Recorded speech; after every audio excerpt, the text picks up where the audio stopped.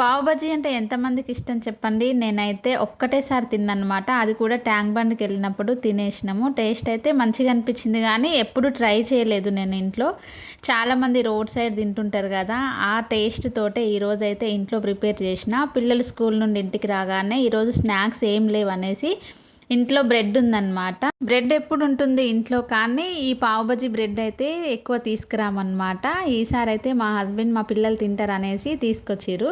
అది కూడా ఇదిగో చూడండి, బూరెల్లాగా ఎంత బాగున్నాయో బ్రెడ్స్. వాటిని చూడగానే నాకు పావు బజ్జీ చేయాలన్న ఇంట్రెస్ట్ వచ్చిందనమాట. అందుకని నేనైతే ఈరోజు పావు బజ్జీని ప్రిపేర్ చేశాను. ఎలా చేశానో చూసేయండి. నా దగ్గర అయితే బటర్ లేదనమాట. అందుకనేసి నెయ్యి అయితే తీసుకున్నా. అది కూడా 10 రూపీస్ ప్యాకెటే ఉంది.